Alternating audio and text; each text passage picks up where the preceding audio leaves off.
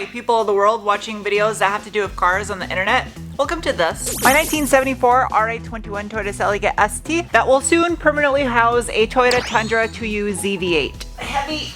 If you're new here and you'd like to get caught up on the previous video where I was in the process of trying to drop these body panels, look at the contrast of gloss versus satin in the engine bay. And with the fresh satin yellow zinced hardware, Conveniently up above my head is either a link to that last video to catch you up, or it could be a math equation for calculating the drag coefficient of a penguin.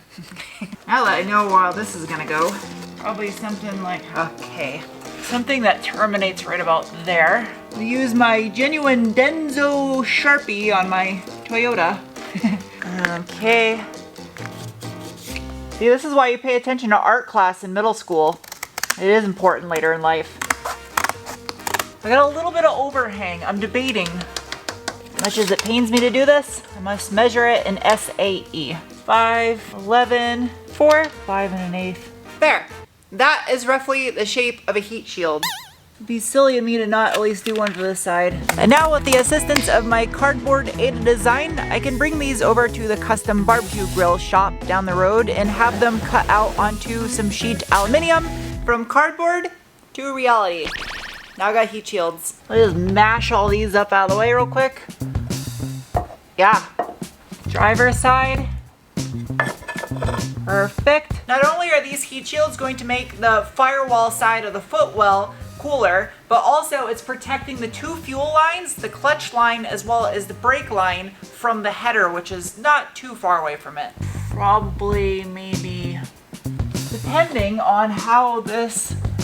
I mean, the heat shield's not even really gonna cover these. It's more so just for your foot. I only get one shot at this, so if I screw it up, I'm gonna be really sad. This line goes all the way back to the rear of the car. Drop it down. Some of you might be wondering why I'm using 1/4-inch brake line throughout the center of the transmission tunnel, and that's because I have 4 piston calipers in the rear of this car. So it's gonna Y to 2 3/16 lines. This giant robot snake slinky is what's gonna protect the brake line under the car. I don't need it on the entire thing, just part of it. I'll make sure I don't drill into the carpet. And this area is a little tricky in general because pedals like to go all the way down to the floor. Yeah, we'll go with that. All right. Well, that's definitely not centered. Second hole, third hole, fourth hole. Now that it has holes in it, it'll be easier to trace out. Silver Sharpie is needed for this. What do I do with the drill bit? Measure once, drill once. Measure twice, it'll look nice. I've done about 1 million of these nutserts on this cars already, and I've probably said it in videos before, but I want to make sure I don't go too big with the hole, or else the nutsert won't have anything to bite down on. It's really easy to screw up. You could kind of argue I didn't technically need a heat shield right here, considering the brake and the fuel lines are about 10 inches away from where the header is going to be, and they're going to be wrapped with a heat protective foil, but I want to be extra careful just in case. In case you're wondering, these are stainless. The same ones I used for the TRD over fenders. Take note, I'm doing this before I apply the bed liner. Oh my god, all the blood that came out of my arms. Hold this guy in place. Like, that doesn't have a whole lot of flex to it, and it's super lightweight because it's aluminum. I don't feel like I actually need 4 mounting locations for this. Let's play a game of how many times can my camera autofocus on the wire harness. Yet again, another instance that Skynet is becoming self-aware because I call out my camera for some nonsense and it hears me and it decides not to do any nonsense. And now I'm making sure that these holes don't have any nonsense around the edges of them so it doesn't cut your fingers when you're putting a bolt in. It's already the next day, and before I make a mess of things, need to make sure that the hardware is not going to interfere with the pedals coming up. I mean, it's right kind of underneath it, but it's not in the direct path where the pedal is going to go, and plus there's going to be carpet over it, so I think it's fine. Such a solid door. I used to scoff when I would hear anyone of my parents' generation say things were made better back in their day, but I think maybe they were right. I like putting the nutserts in extra tight. That sounds like a robot porn line. I'm sorry you have to stare at my giant fat head, but I'm gonna put some adhesive heat insulation on this side of the heat shield, and on this side the speedometer cable goes behind it. Same, but yeah. Man, that's some strong paint, because I scratched that with this a couple times and there's no marks. Some of you may have picked up onto the fact that it looks like shit inside the transmission tunnel. So let me take care of that. Before I go and make my shop smell like rubber robot splooge, this is so incredibly satisfying. Look at that. The creme de la creme right here. That's what's up. So excited I redid these. If you remember a couple videos ago, I had to send out my headlight frames to get re-zinc coated because they had some corrosion. And I had them redone in black zinc, and oh my god, it looks so good. You can read the manufacturer logo now. It says Kyoto, Japan. It's got the old Toyota logo on there. I'm gonna soak my plastic bits in my OE Clean. Keep the plastic from getting hard and brittle. Wait. They didn't go in every hole. That's what she said. Strategically recording this so I don't forget how it goes together. Yeah, I put them in way too many spots. Nut plate there, and there. Got it.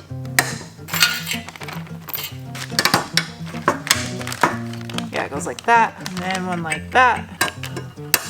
Type 1. Oh, there's a type 1 and type 2. I don't know which one is type 1, type 2. And it better not be diabetes. It's really hard to tell because these are super dirt. These screws, the spring attaches to under here. It's kind of a neat design. It utilizes the upper and the side screw to overcome spring tension of the inner location, and that's how it's adjusted. Just like brand new again. I don't really know how I'm gonna do this intelligently. I don't think there is an intelligent way to do this. That just shows how dumb I am if I said that. A little bit of wax and grease remover, 320 grit Scotch pad. This area is already all scuffed. I'm just doing this because I'm excessive. Oh yeah, this area doesn't even need this. Give it a wipe down. That's already so textured that it doesn't need any more mechanical adhesion. All right, let's get and clean. So now, put some bolts inside the hole. I promise you, this is not gonna make as much of a mess as you think it's going to. All right. I'm not doing this in the paint booth because it's literally going to take 10 seconds. So now this is the same stuff I used in the wheel wells of the car. It is a catalyzed epoxy-based bed liner that is super durable. I'm borrowing this gun from next door. It's a primer gun, so I can spray thick stuff. Let's see how this goes. I have the pressure turned down to about 17 psi on the gun, and I'm feathering it out so it gets lighter towards the top of the firewall where it blends into the paint in the engine bay. This will give it a little bit more of a factory OE look, even though from the factory it would be kind of a mess. That'll do. And there you go. There's the end result a day later. I'm still gonna do the underside of the frame rails and the underside of the front of the car as well when I do the wheel wells. Now that that's taken care of, and I can stick this back on the car. Yeah, that looks absolutely incredible. That can go back into its home. This subframe, oh, I got Smurf cum all over my legs. Oh geez. This stuff is expensive too. I don't want to waste it. It's like half a tube all over the floor.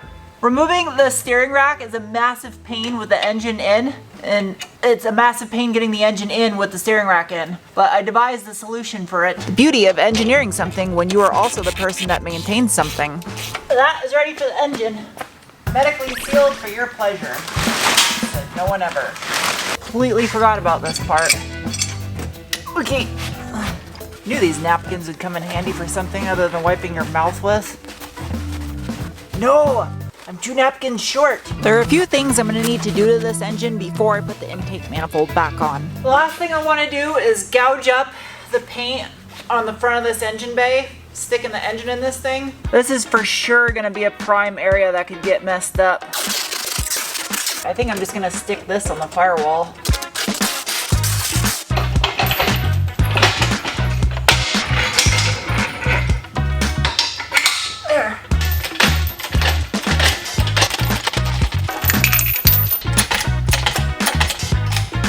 I don't know why I always sit on this thing when I use it. That's what she said. Oh geez. That's why you can't have nice things. Just inspect, make sure I don't have any leaks on the oil pan before I drop this in there. Going up. All right, think smarter, not harder. Think smarter, shop S-Smart. I don't know where I was going with that. Get that drop down low enough. Shop smart, shop S-Smart. You got that? I feel like a forklift operator. Like this is my chariot. As long as I clear the nose right here, I don't want to scratch any of this paint. Oh, I'm hitting the tire of the car. Last thing I want to do is bonk the firewall or something dumb. That is hella close, but it's good. Ooh, what are we doing? What are we doing? Okay, good. I think I'm like literally almost on the engine mount. It was at this point in time, when I realized I am dumb. It's a really good thing I didn't just fully bolt this engine in because I realized I didn't finish the motor mount plates on the side of the engine. They need to be finished welded and painted. This is one of the dumber things I've done in a while.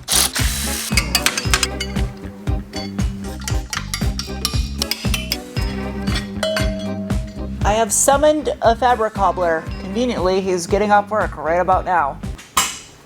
Hello. I got it all ready to go. I shoved some random washers in here real quick so that way they don't warp or move when they get welded. So since Charlie is 10 times a better welder than I am, I asked him if he could weld these up real quick.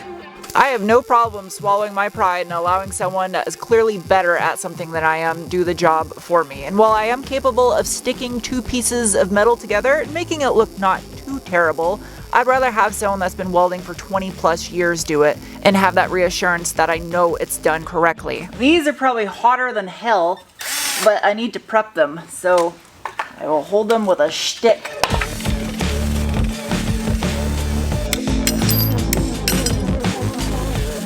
That's ready for a wax and grease remover. Since the entire engine block is just done in engine enamel, I'm going to use some chassis and roll bar paint rather than spend an extra day putting these in the booth. It just doesn't make any sense. It's the following day. Because of my dumb oversight, this cost me about half a day behind now. Stuff happens. It's kind of a bittersweet moment to finally put this engine back into the car, knowing that this could potentially be the final time, especially because I've been working on this car for going on 2 years now, which is something I feel is shockingly rare to see on YouTube when it comes to builds, because this is actually how long it takes to do something like this correctly with one person. Yes, I'm moving a camera around whilst dropping an engine in a car. A little bit lower, then I can go back. Stop right there. Well, I need the engine to pivot rearward, but I'm not magic. Hell yeah. I gotta take the alternator off to be able to get this bolt in. A few moments pass while I realize there is a more intelligent way of doing this. Well, I can't take the alternator off because it hits the f***ing pulley. This side's easier to get to since the alternator isn't in the way, so it makes sense to start with that side and then I think it's going. I think. I'm just wishful thinking. Got it. Got it. That's in. Hopefully, this is the last time this engine needs to be installed into this car. Hopefully now it can stay in here permanently. Talk about perfect timing too, because as soon as I got that engine in, another one is about ready to fill its spot in the same spot in the floor.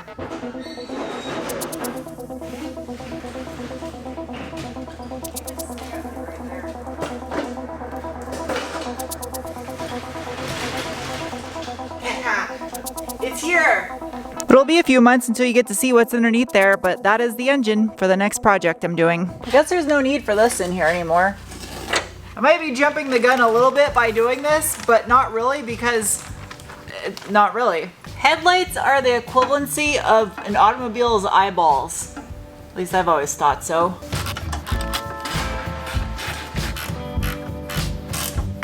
I'm a firm believer that some people actually look like their cars too. Or some people's cars look like them. What about the hinge? Oh, wait, the hinge. Damn it! That's the downside of it being so long since I took this apart. That has to go on there first. Ah! There's the hardware. It's got a fantastic 4 on the head and a giant washer. I had all this stuff organized into bags of where they all went, but then I got it all re-zinc coated, and so much for that after that happens. The hinge goes under.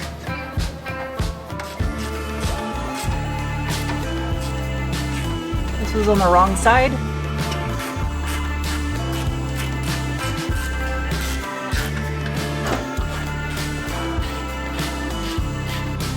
I don't know where I put it. I have so many boxes in here of parts. Found it.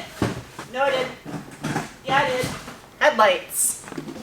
Because I actually want to be able to see in the dark, I am upgrading the low beam to LED. I forgot I left these rings all dingy and dirty. I'm gonna show you a little bit of a secret. What I do to clean up stuff like this that's got just old schmoo. It's like tarry, gooey stuck on there. Pretty sure these are made out of stainless steel.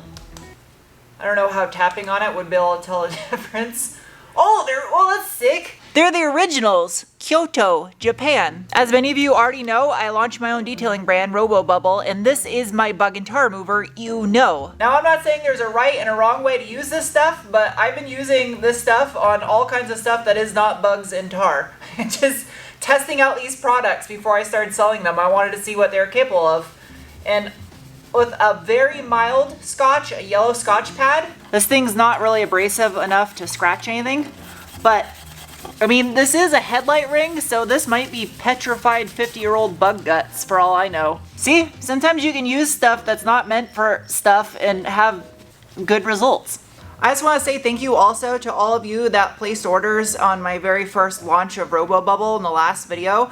I almost sold out of all of the inventory. Granted, it was a small inventory to start out with since I'm literally starting my own company from the ground up. And Karen is working like crazy trying to process all of your orders. Please keep in mind it is literally just one human being shipping all of your orders, packaging them and all that stuff. So the stuff smells like an old fish. I don't think you're supposed to smell chemicals, just FYI. So inside these boxes are some headlights, which are LED, but don't look new school. They look old school. I'm specifically not saying who they're made by because advertising is not free.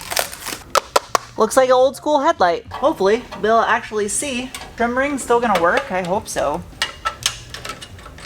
I do believe so. Even though this is LED, I ordered it in 3000 Kelvin, so it's gonna be the same color as an incandescent bulb. It'll have that yellowish white look to it.